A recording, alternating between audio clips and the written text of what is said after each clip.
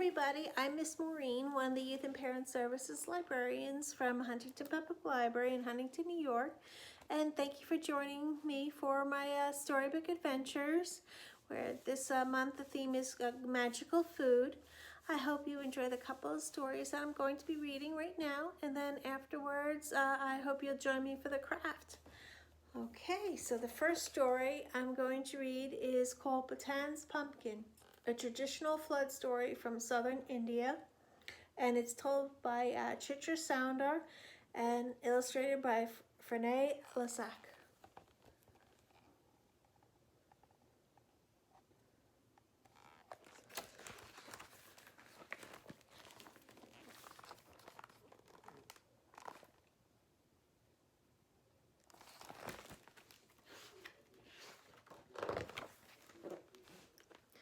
Once upon a time, there was a man named Patan.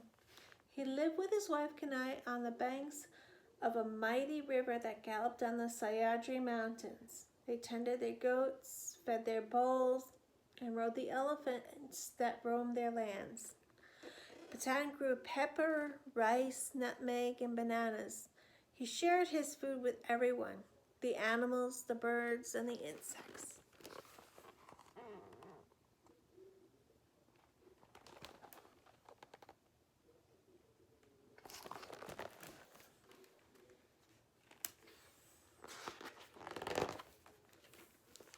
One day, Patan found an ailing plant in the valley.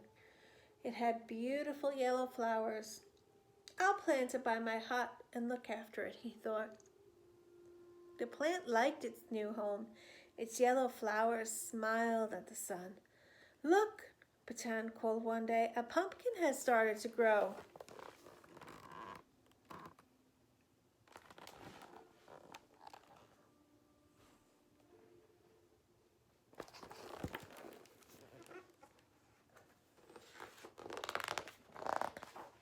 The pumpkin grew a little every day. It's taller than the goats now, said Kanai. The pumpkin had grown taller than the friends, too. It was even fatter than the pigs. It grew some more. Patan had to climb on an elephant to see the top of the pumpkin, and it still grew bigger and bigger and bigger. Soon it will be as tall as the mountain, said Patan.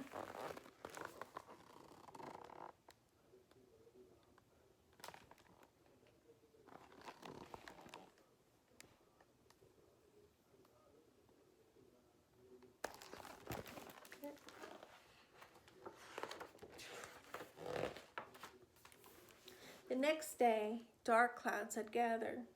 Rain crashed against the rocks in fury. Patan was afraid Patan was afraid that the floods would wash away his hut. We should leave the mountains tomorrow, he said. We should take all the animals, birds, beetles, and bugs with us, and a sapling of every plant and seeds of every grain. But how are they going to take all the creatures with them? Patan couldn't sleep that night. When the pumpkin glowed like fire under a burst of lightning, he had an idea.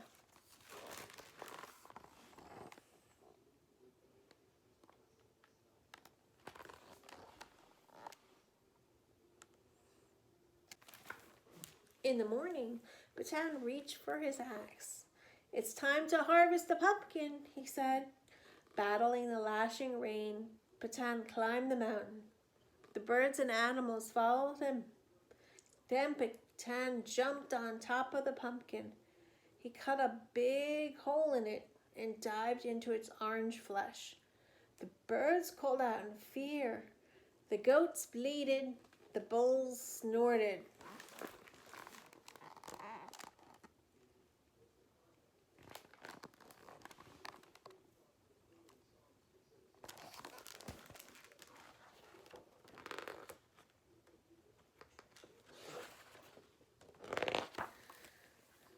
Patan dug into the pumpkin, hollowing out its insides. Help me, he called. The goats, the bulls, and the birds ferried out the pumpkin flesh as fast as they could. The wind blew hard, rocking the pumpkin from side to side. But Patan did not give up. He dug and dug until the pumpkin was hollow. At last, it was big enough inside for everyone.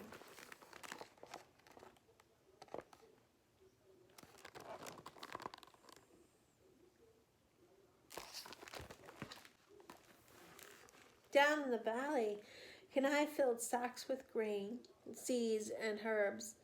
Patan loaded them onto the goats, elephants, and bulls and brought them up the mountainside.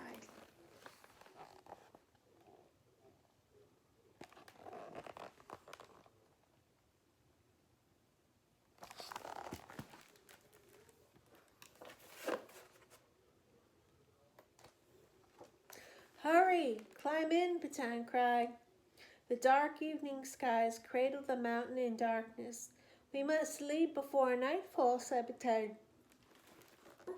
Excuse me. Cutting the prickly stem from the plant. Now the pumpkin was free. It rolled down the mountain and bounced into the river. The crested waters of the river carried the pumpkin along.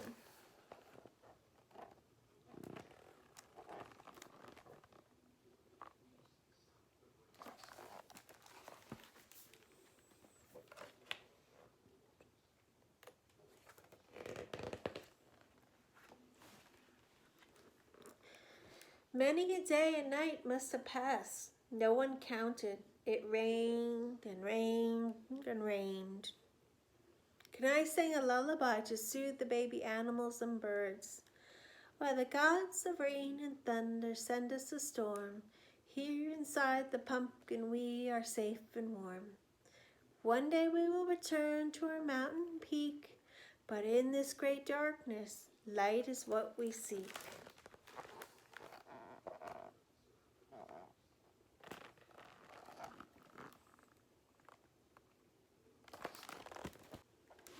And then one day the pumpkin bumped against something and stopped.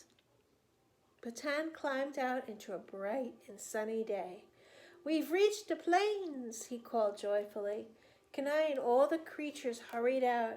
The troubles of the rain were finally over.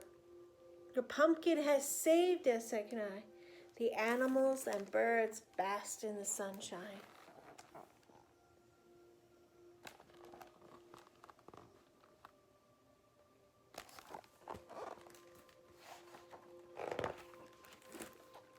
The next morning, Patan gathered everyone together.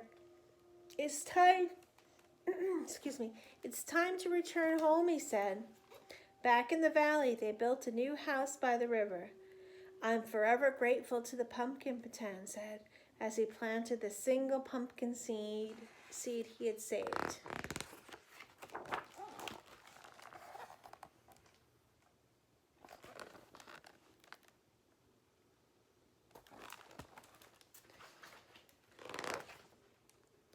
Patan and Kenai had many children, and they all made their homes in the foothills of the Sayadri Mountains.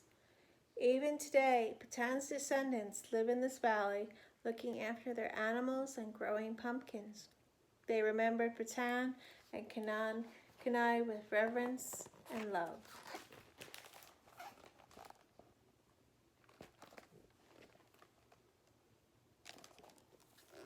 I hope you enjoyed that first story. And now we're going to go on to our second story, which is going to be The Gingerbread Man, retold by Eric A. Kamel and illustrated by Megan Lloyd. Okay, so The Gingerbread Man, retold by Eric A. Kamel and illustrated by Megan Lloyd.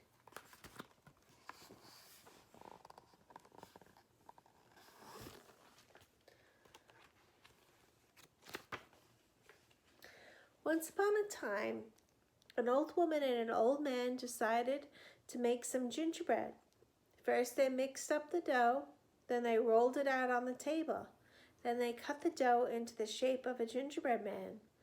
The old woman and the old man put the gingerbread man in the oven to bake.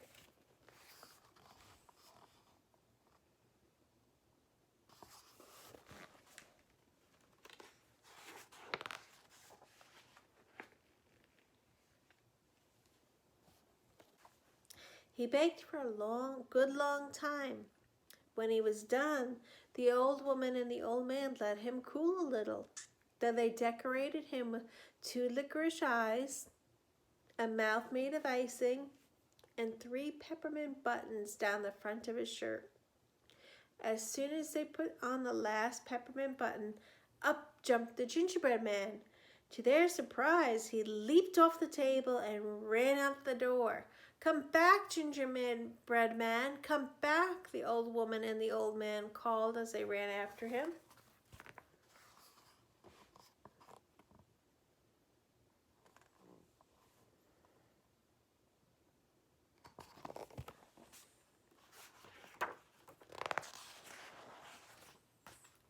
But the gingerbread man ran faster.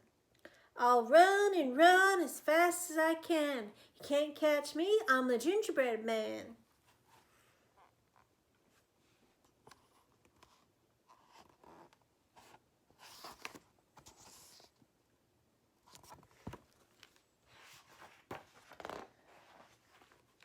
Down the road ran the gingerbread man. He ran past the pigsty where the old sow lay. "Slow down, gingerbread man. I want to talk to you," the old sow oinked, and she started running after the gingerbread man. But the gingerbread man ran faster. "I'll run and run as fast as I can. You can't catch me, I'm the gingerbread man. I ran from the woman, I ran from the man. I'll run from you, see if I can."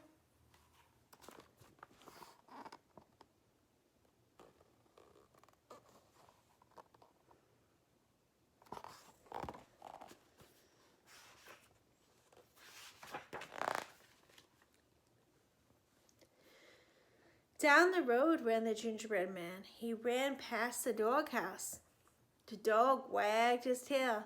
"Slow down, gingerbread man. I want to talk to you," the dog barked, and he started running after the gingerbread man. But the gingerbread man ran faster. "I'll run and run as fast as I can. You can't catch me, I'm the gingerbread man. I ran from the woman, I ran from the man. I'll run from you, see if I can."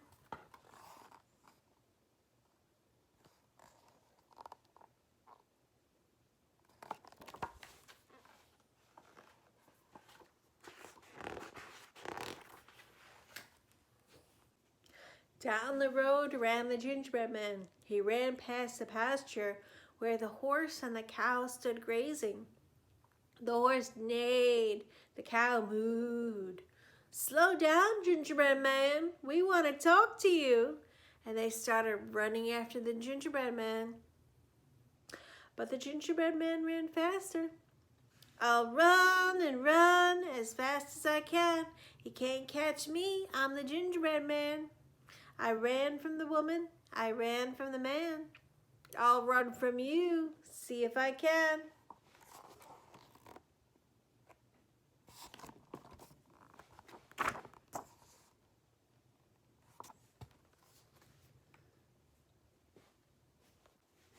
Down the road ran the gingerbread man with the horse and the cow, the dog and the sow, the old woman and the old man running behind him.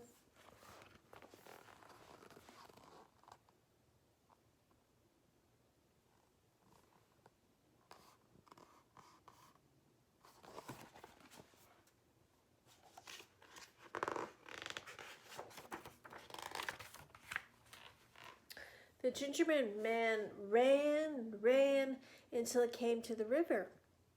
There he stopped and wondered what to do. "Hello, gingerbread man," a voice said.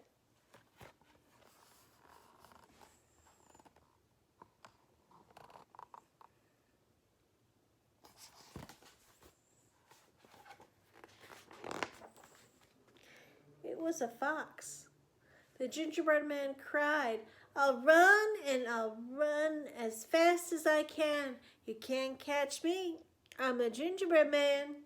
I ran from the horse, I ran from the cow, I ran from the dog, I ran from the sow. I ran from the woman, I ran from the man. I'll run from you, see if I can. The fox chuckled. Why, Gingerbread Man, you don't have to run from me. I'm your friend. I want to help.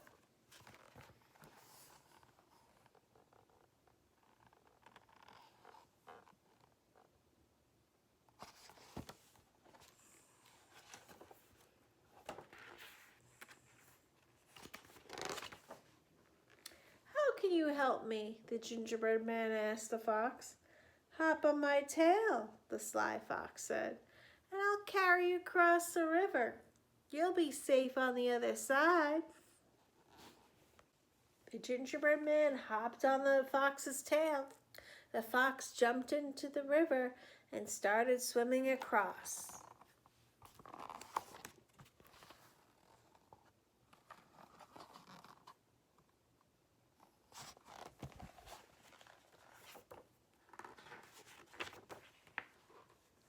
Gingerbread man, the water's rising. Hop on my back so your feet don't get wet. The gingerbread man hopped on the fox's back. The fox swam on.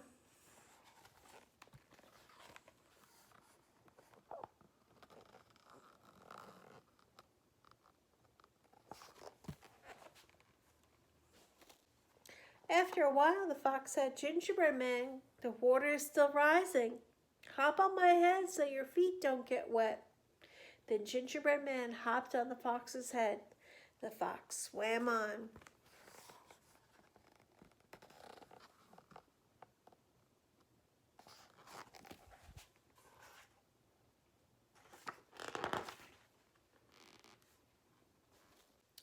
After a while, the fox said again, Gingerbread man, the water is still rising. Hop on my snout so your feet don't get wet.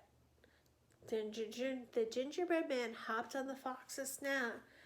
But no sooner had he done that,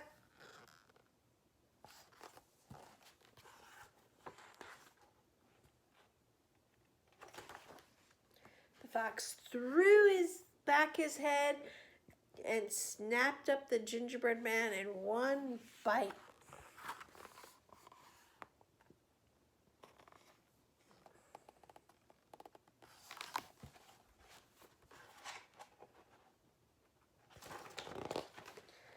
But don't be sad, for that wasn't the end of the gingerbread man. The gingerbread man has gone away, but he'll be back some other day. For gingerbread men return, it said, when someone bakes some gingerbread.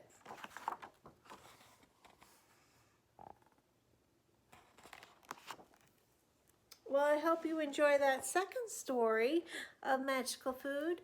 And so now we're going to head over and check out the craft. Well, welcome to the craft part of this Storybook Adventure session. So right now we're going to be going through the steps, and if you registered with your Huntington Public Library card, you would have gotten the kit, but I'm going to go through for those of you who weren't able to register or who are not Huntington Public Library members, and so they'll be able to follow along as well. So when you registered at the Huntington Public Library with your card, you would have gotten a kit that would have had one orange pumpkin cutout and one red apple cutout. And then you would have also had approximately 30 red buttons, 30 orange buttons, and 30 green buttons. But if you're at home and you want to add more, or if you are not a Huntington Public Library member and you have other pieces of paper, that's fine too. See, I have one cutout of an orange apple, and I thought of maybe putting the green buttons on that one. And then I also have a red pumpkin. But wouldn't it be cool if you did other colors? I mean, why not? Why not create your own little bit of artwork? Because we're going to be putting magnets on the back, and so you'll be able to stick it wherever it's metal. So you need your fruit cutouts if you got a kit, or if you are unable to get a kit at the Huntington Public Library, get your own, make up your own bit of food. It could be pumpkins, could be apples, could be any kind of food that you want. Then you'll need some colorful buttons. Remember to ask your grown-up for what buttons that they may have, he or she may have. And then you'll need some glue. I use tacky glue, but I also use a little bit of glue gun, but Elmer's glue works as well. And I do actually like the tacky glue, but again, Elmer's glue, whatever glue you or your grown-up have handy. And I needed to have a little bit of a knife with my bottle, a little plastic knife to help there. I do strongly suggest that you do one side, do the button or the magnet side, but do the gluing part for one side and then make sure it's dry before you do the gluing on the other side. So, see, this was my complete one of a pumpkin, and I put a little orange buttons and some brown and orange and some green, and then I have the magnets on back. So that's the complete one. And this one has all the buttons glued, and the glue is pretty much dry there, so that is good. It's a little bit wet there, but that's just showing the white, but actually I'm actually enjoying if it looks like that a little bit. I think it looks pretty cool. So what we're gonna do is I'm gonna take my orange apple cut out, and I'm gonna be gluing some green buttons over here. So while you're getting your buttons all glued and all done like that, I will join you in one moment. So you glue your buttons while I'm gluing mine. Buddy, there's my orange and green apple buttoned up, so to speak. As you can see, the glue is still quite wet, so I'm not going to attempt to move that just yet. I'm going to let it dry, and you have to be patient. I know I found it a little hard myself, but you just really have to let it dry before you do the next step, which would be putting the magnets, gluing the magnets on the back. So since this apple, my red and green apple, is dry, I'm going to, well, the button part, I am going to glue the magnets on the back here. And so I will do that while you do yours. All right, be back in a moment.